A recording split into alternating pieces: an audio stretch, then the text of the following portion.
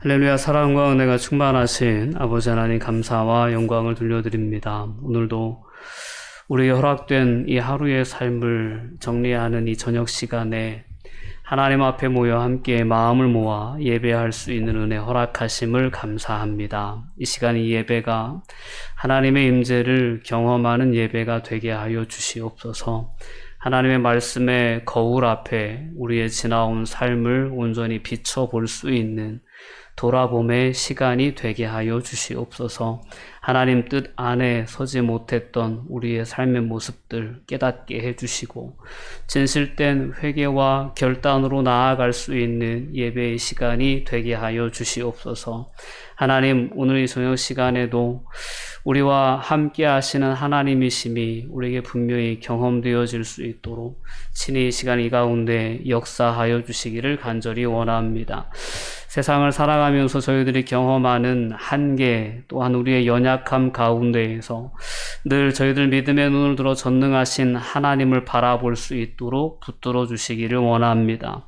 좌절하고 주저앉기보다, 절망하기보다 그 하나님으로 인하여 새 힘을 얻고 다시 일어서 나아갈 수 있는 그런 믿음의 주인공들이 다 될 수 있도록 하나님 붙잡아 주시옵소서. 오늘도 예배 가운데 하나님 모든 순서를 온전히 주님께 의탁합니다. 주님께 주장하여 주셔서 오늘도 하나님의 귀한 은혜가 우리 모두에게 경험되어지는 시간이 될 수 있도록 역사하여 주시옵소서. 몸과 마음이 불편한 성도들의 연약한 모습들이 있습니다. 하나님 긍휼히 여겨주시고 성령의 놀라운 능력으로 저들의 마음을 치료하여 주시며 놀라운 회복의 은혜를 더하여 주시기를 간절히 원합니다. 여러 삶의 어려운 삶의 문제들 속에서도 저희들이 고민하고 염려하고 걱정할 때 많습니다. 하나님 앞에 더욱 진실된 모습으로 고백할 수 있는 그러한 성도들이 되게 해주시고 하나님께서 허락해 주시는 놀라운 지혜로 이겨나갈 수 있도록 하나님 인도하여 주시옵소서. 주님, 이 시간 함께 나누는 말씀이 오늘 우리에게 주신 하나님의 놀라운 음성으로 하나님의 은혜로 깨달아질 수 있도록 역사하여 주시옵소서. 감사드리며 예수님의 이름으로 기도하옵나이다. 아멘. 성경 말씀 고린도 후서 4장 13절에서 5장 1절까지의 말씀 하시겠습니다. 고린도 후서 4장 13절에서 5장 1절까지의 말씀입니다. 천천히 합독합니다. 기록된 바 내가 믿었으므로 말하였다 한 것 같이 우리가 같은 믿음의 마음을 가졌으니 우리도 믿었으므로 또한 말하노라. 주 예수를 다시 살리신 이가 예수와 함께 우리도 다시 살리사 너희와 함께 그 앞에 서게 하실 줄을 아노라. 너희를 위함이니 많은 사람의 감사로 말미암아 은혜가 더하여 넘쳐서 하나님께 영광을 돌리게 하려 함이라. 그러므로 우리가 낙심하지 아니하노니 우리의 겉사람은 낡아지나 우리의 속사람은 날로 새로워지도다. 우리가 잠시 받는 환난에 경한 것이 지극히 크고 영원한 영광에 중한 것을 우리에게 이루게 함이니 우리가 주목하는 것은 보이는 것이 아니요 보이지 않는 것이니 보이는 것은 잠깐이요 보이지 않는 것은 영원함이라. 만일 땅에 있는 우리의 장막집이 무너지면 하나님께서 지으신 집 곧 손으로 지은 것이 아니요 하늘에 있는 영원한 집이 우리에게 있는 줄 아느니라. 아멘. 자, 오늘은 고난이라는 주제에 대해서 함께 나누어 보려고 합니다. 영광에 이르는 디딤돌은 다름 아닌 고난, 환난을 의미하는 표현입니다. 환난은 순간이나 구원은 영원하다라는 것이 바울 사도가 오늘 본문의 말씀을 통해서 오늘을 살아가는 그리스도인들에게 주시고자 하는 그러한 교훈이라 믿습니다. 오늘 우리가 살아가는 이 현상 세계를 넘어서 우리에게 다가오고 있는 영원한 하나님의 나라를 바라보는 그러한 믿음의 시선을 가지고 우리 그리스도인들은 이 세상에서의 삶을 살아가야 될 줄 믿습니다. 기독교의 핵심 중 하나는 고난에 대한 바른 이해입니다. 고대나 현대나 하나같이 변화없는 그러한 세상의 가치가 있다면 고난이라고 하는 것은 신적인 어떤 저주, 징벌로 이해된다라는 것입니다. 많은 사람들이 그러한 종교의 어떤 그러한 삶을 살아가는 그러한 사람들이 가지고 있는 기본적인 베이스가 삶의 어려움이나 고난이 찾아올 때 이것은 신적인 징계로 우선적으로 이해를 하는 것입니다. 근데 오늘 본문에서 바울 사도는 우리에게 좀 다른 그러한 고난에 대한 이해에 대해서 소개를 해 줍니다. 오늘 본문에 등장하는 고난은 한편으로는 우리가 그리스도인으로서 살아있다라고 하는 것을 깨닫게 해주는 그러한 분명한 증거로서의 고난을 바울 사도는 오늘 우리에게 이야기해주고 있습니다. 세상을 살아가다 보면, 특별히 하나님의 백성으로서 이 세상을 살아가다 보면 세상에 속하지 않은 존재들이기에 세상과 함께 생활할 수 없고 때로는 함께 즐거워할 수 없고 함께 아파할 수 없는 그러한 특별함이 그리스도인들에게는 분명히 있습니다. 전에도 한번 그러한 내적인 갈등에 대해서 이야기를 한 적이 있죠. 우리가 그리스도인이 된 이후에는 우리 안에 세상을 살아가면서 느껴지는 불편함들이 있습니다. 그러한 불편함들이 더 나아가서는 고난이 되기도 하고 환난이 되기도 하는 그러한 모습을 볼 수 있습니다. 소극적인 면에서 보면 고난이라고 하는 것은 그리스도인으로서 세상에서 자신의 정체성을 지키기 위해서 우리가 삶을 살아가다 보면 경험하게 되는 고난들이 있습니다. 쉽게 말해서 여러분들이 예배의 시간을 구별하고자 할 때 그때 찾아오는 고난의 모습이 있습니다. 희생이 없으면 예배할 수가 없습니다. 예배 때 드리는 우리의 봉헌도 마찬가지입니다. 다 나를 위해 쓰고 싶은 것이 이기적인 어떤 욕망이지만 그 욕망을 절제하고 하나님을 위해서, 하나님의 교회를 위해서 무언가를 구별한다는 것은 상당히 큰 헌신이고 희생입니다.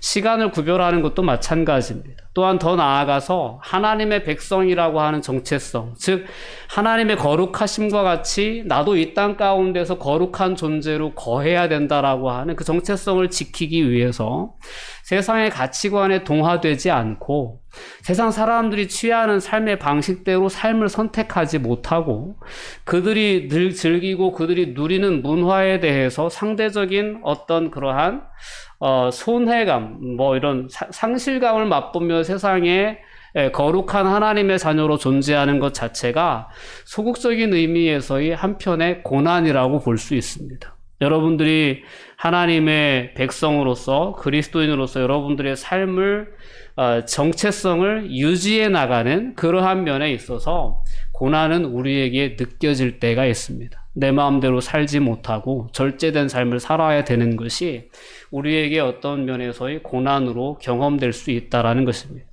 또 하나의 고난의 의미는 약간 적극적인 의미를 지닙니다. 우리가 가지고 있는 하나님에 대한 신앙, 우리가 가지고 있는 하나님 나라에 대한 진리, 하나님의 주권에 대한 진리에 대해서 세상에 다른 가치관을 가지고 있는 사람들에게 이것이 맞다라고 이야기할 때 그때 찾아오는 고난입니다. 적극적인 의미에서 하나님을 증거하고자 하고 예수 그리스도 안에 있는 구원의 복음을 증거하고자 할 때 세상의 가치관을 가지고 있는 사람들과의 생각의 충돌이 일어나죠. 그때 찾아오는 적극적인 의미의 고난의 개념이 있습니다. 오늘 사도 바울이 고린도 후서에서 오늘 4장에서 말씀하고 있는 고난의 의미는 그런 고난입니다.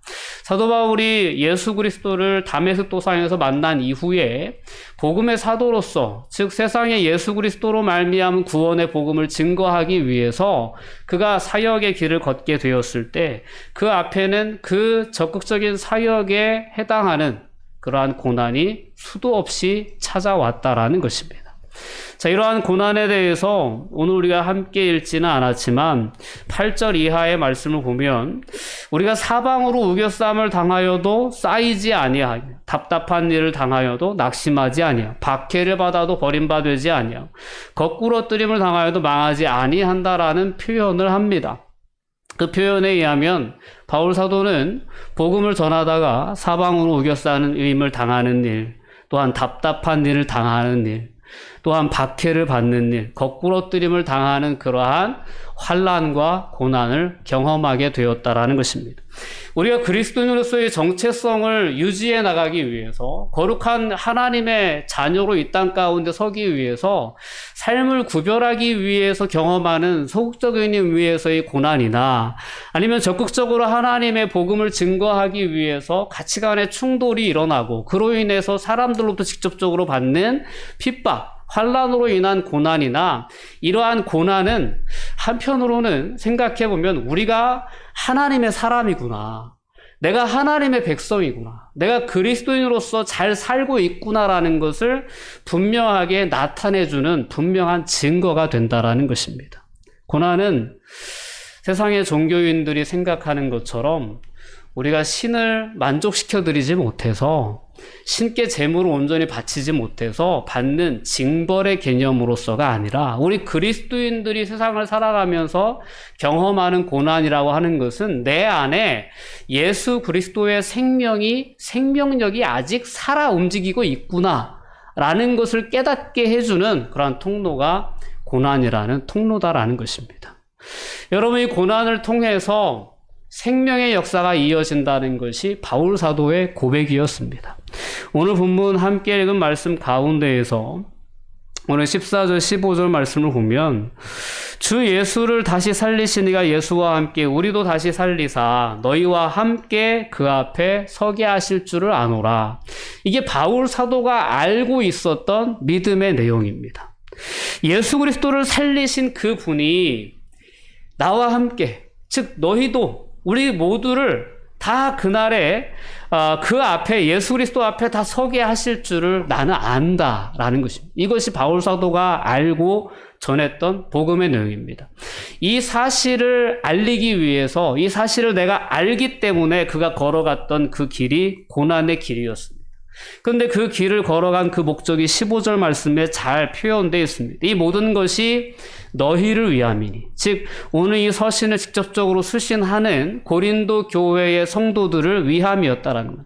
많은 사람의 감사로 말미암아 은혜가 더하여 넘쳐서 하나님께 영광을 돌리게 하려 함이라라는 것입니다. 많은 사람들이 하나님의 은혜를 깨닫게 되고 그래서 하나님께 감사를 돌리게 돼요. 하나님께 영광을 돌리게 되는 그 열매를 맺기 위해서 나는 고난 받는 것도 기쁨으로 여길 수 있다라는 것이 바울 사도의 믿음의 고백이었다는 것입니다.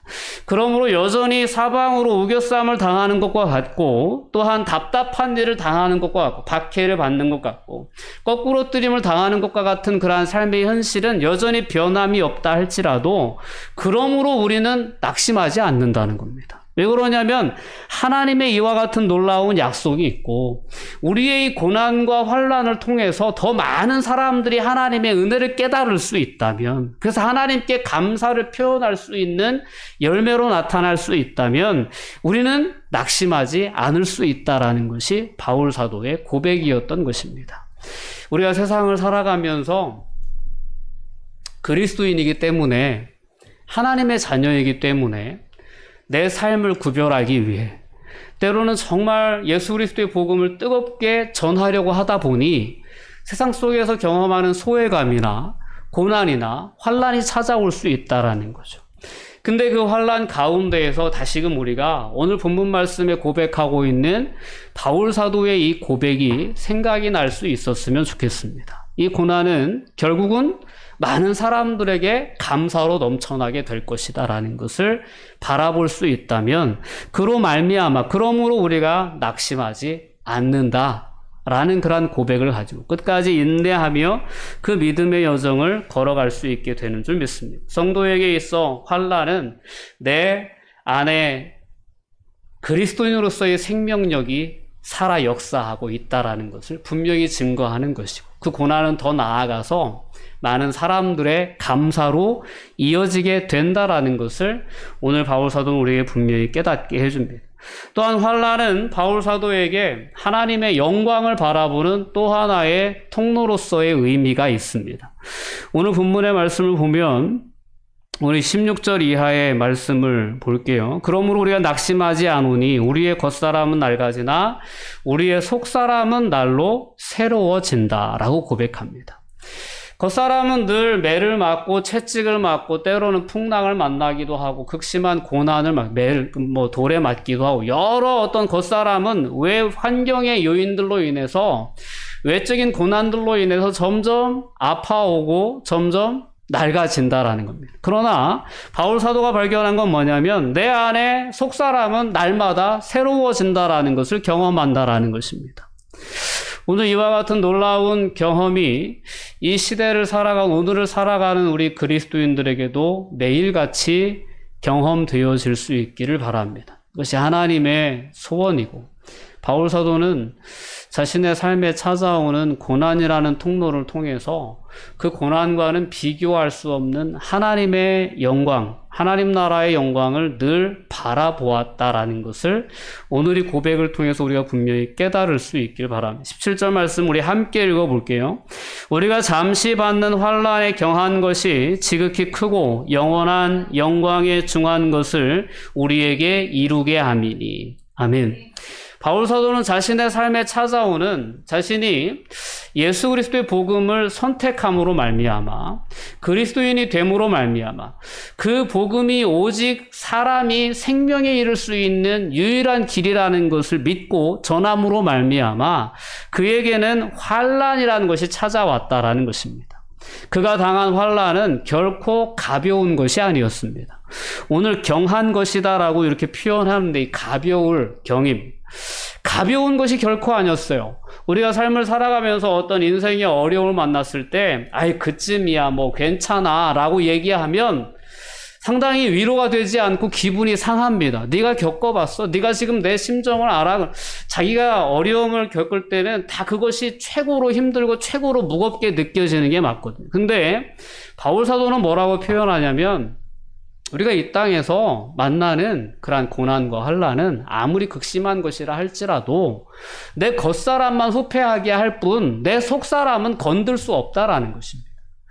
그래서 내 속사람이 누리게 될 영광의 그 무거움, 영광의 그 영원함, 그것에 비해서는 이 몸으로 경험하는 이 땅에서 이 고난과 환난쯤은 아주 가벼운 것에 해당한다라는 것이 바울 사도의 스스로의 깨달음이었고 고백이었던 것입니다. 여러분, 우리가 오늘 바울 사도가 가지고 있었던 그 영원한 하나님 나라의 영광의 그 무거움, 그거를 함께 느낄 수 있었으면 좋겠습니다. 세상을 살아가면서 현실적으로 경험하는, 나는 왜 저렇게 살지 못했을까? 나는 왜 남들처럼 저렇게 수단과 방법을 가려서 부자가 되는 그러한 삶을 내가 선택하지 않았을까? 라는 것에서 찾아오는 어떤 후회나 때로는 자괴감이나 이러한 것들이 우리의 삶을 괴롭히고 그럴 때 말입니다.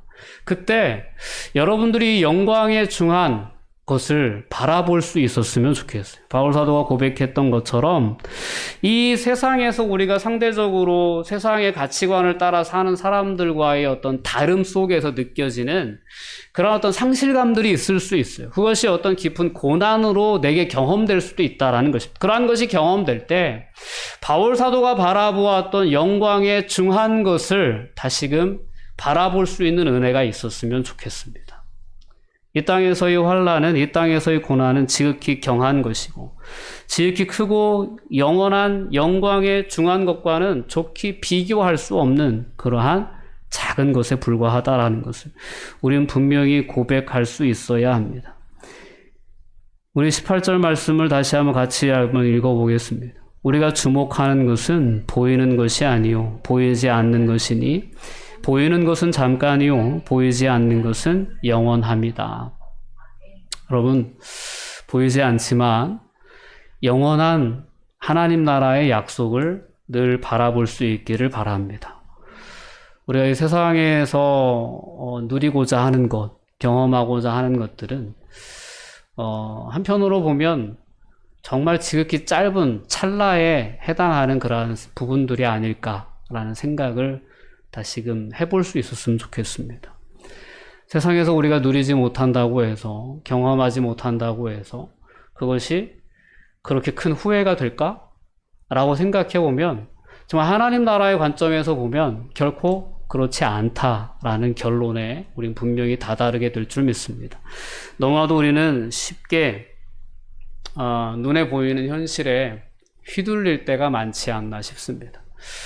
예수님의 제자들이 예수님과 함께 갈릴리 호수를 배를 타고 건널 때 풍랑을 만난 사건이 있습니다. 마가복음 4장에 보면 그 사건이 묘사가 되어 있는데, 제자들은 자신들의 배 안에 함께 하고 계신 예수님을 바라보지 못하고 그저 무섭게 뛰어노는 밖의 환경, 즉 세상의 바다의 그 갈릴리 바다의 풍랑만을 주목하여 보다가 참 깊은 상실감에 또한 깊은 두려움에 빠져있는 그러한 모습을 보게 됩니다. 그러나 예수님은 그 풍랑을 말씀 한마디로 잠잠케 하시고 믿음이 적은 자들아 왜 두려워하느냐라고 제자들을 책망하시듯 그렇게 말씀해 주시죠. 오늘이라고 하는 현실을 살아가는 우리의 삶이 그와 비슷하지 않을까 싶습니다. 우리는 세상을 바라보면서 또한 내 삶의 환경을 바라보면서 너무나도 쉽게 절망할 때가 있고 걱정하고 염려할 때가 있습니다. 두려워할 때가 있다라는 거죠. 근데 우리가 주목해야 할 분은 우리와 함께 하시는 하나님이시거든요. 여전히 우리의 삶을 붙드시고 우리와 동행하시는 예수 그리스도의 임재를 우리는 늘 주목해보며 세상을 살아가야 될 줄 믿습니다. 그분이 우리에게 주신 그 영원한 약속을 바라볼 수 있어야 되고, 그분이 우리를 위해 예비하시는 영원한 집을 사모할 수 있는 그러한 은혜가 있다면 우리는 너무나도 잠깐에 불과한 그러한 이 세상의 어떤 현실로부터의 두려움이나 걱정, 염려로부터 우리는 자유로워질 수 있으리라 믿습니다. 오늘 5장 1절의 말씀을 마지막으로 같이 한번 읽어보도록 하겠습니다. 만일 땅에 있는 우리의 장막집이 무너지면 하나님께서 지으신 집, 곧 손으로 지은 것이 아니요 하늘에 있는 영원한 집이 우리에게 있는 줄 아느니라. 아멘. 이 땅에 있는 장막집이 무너진다라는 표현은 육신의 죽음을 의미하는 표현입니다. 내가 이 땅에서 무언가를 할 수 있는 기회를 완전히 상실하는 것을 의미하죠. 더 이상 육신을 입고 맛있는 걸 먹을 수 없고, 또한 육신의 눈으로 아름다운 풍경을 바라볼 수 없고 즐길 수 없는 그러한 어떤 순간이 온다고 해도 우리는 결코 후회가 되지 않는다라는 것입니다. 왜 그러냐면 하나님께서 지으신 집, 사람의 손으로 지은 것이 아닌 그런 영원한 하늘에 있는 영원한 집이 우리에게 있기 때문이다라는 것입니다.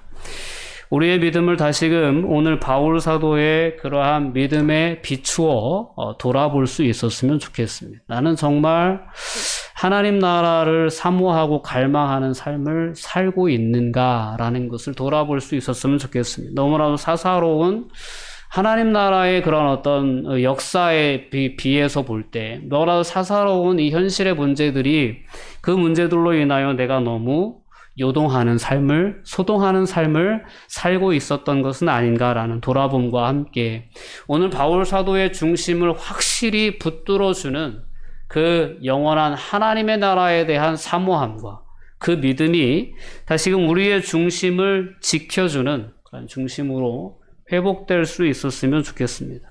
바울 사도가 낙심하지 않을 수 있었던 이유, 겉사람은 후패할지 몰라도 속사람은 날마다 새로워지는 것을 그는 알았기 때문입니다.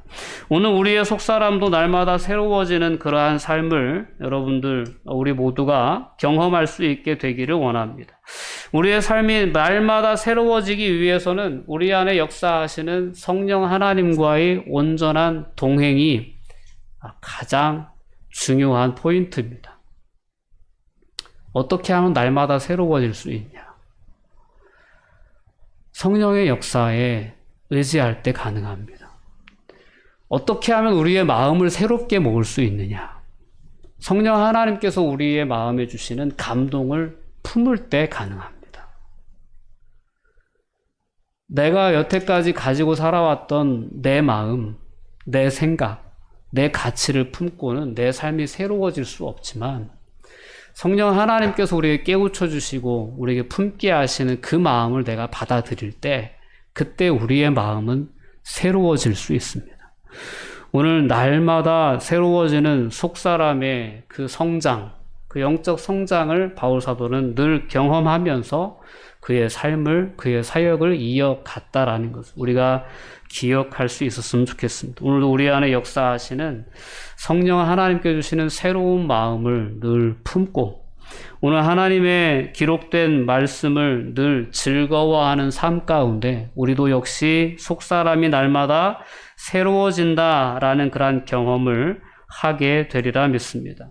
우리의 삶이 이와 같이 하나님의 백성으로서의 정체성을 분명히 인식하고 그 정체성을 가지고 또한 그 정체성을 가진 모든 그리스도인들에게 허락하신 그 사명을 잊지 않고 세상을 살아가는 그리스도인들에게 하나님께서는 이렇게 날마다 새롭게 되는 그러한 은혜를 경험케 하시면서 비록 이 땅에서는 우리가 그와 같은 구별됨으로 말미암은 고난을, 환난을 만날지 모르지만 하나님 나라에 대한 영원한 그 소망 안에서 오히려 그 고난을 내가 역시 그리스도인이구나, 내가 역시 하나님의 자녀구나 라는 그 사실을 분명하게 깨우쳐주는 그런 통로로, 그래서 마침내 우리의 삶이 영광에 이르게 될 것이다 라는 것을 확실하게 보여주는 언어의 하나의 표지로 고난을 여길 수 있는 그러한 저와 여러분들의 삶이 될 수 있었으면 좋겠습니다. 그래서 그 신앙인으로서의 어떤 인생을 걸어가면서 만나는 하나님의 백성들이 경험하게 되는 그런 고난이 여러분들의 삶에 경험되어진다면 그리스도의 고난에 동참할 수 있는 그런 합당히 여김, 그러한 자로서 내가 합당히 여김을 받았다는 것에 대해서 기뻐하고 즐거워할 수 있는 그러한 은혜가 있기를 주님의 이름으로 권면드립니다. 우리의 삶에 찾아오는 고난은 그렇기 때문에 오늘 말씀의 제목처럼 하나님 나라의 영광에 한 단계 한 단계 올라서는 디딤돌과 같은 것이다 라는 고난에 대한 이해가 다시금 우리의 삶에 분명해질 수 있었으면 좋겠습니다. 기도하시겠습니다. 사랑과 은혜가 충만하신 아버지 하나님, 감사와 영광을 돌려드립니다. 하나님 앞에서 우리가 어떤 존재인지에 대해서 분명하게 인식하게 해주는 하나의 통로가 고난이었음을 오늘 말씀을 통해서 깨닫게 됩니다. 하나님, 이 고난이 곧 다른 생명으로 이어지는 통로가 됨을 믿습니다. 이 고난이 우리로 하여금 하나님 나라의 영광에 이르게 하는 하나의 디딤돌이 됨을 믿습니다. 두려워할 것이 아니라 무조건 피하려고만 할 것이 아니라 하나님의 자녀로서의 정체성을 분명히 세상에 드러낼 수 있게 해주시고 우리가 믿는 하나님 나라의 분명한 복음을 세상에 담대히 외칠 수 있는 담대한 그리스도인들로 저희들이 이 땅 가운데 설 수 있게 하여 주시옵소서. 바울 사도로 말미암아 더욱 많은 사람들이 하나님의 은혜를 깨닫고 하나님께 감사를 드릴 수 있었던 것처럼 오늘 이 시대를 살아가는 모든 그리스도인들의 삶을 통하 이와 같은 동일한 역사가 일어날 수 있도록 주님 이끌어 주시옵소서. 감사드리며 예수님의 이름으로 기도하옵나이다. 아멘.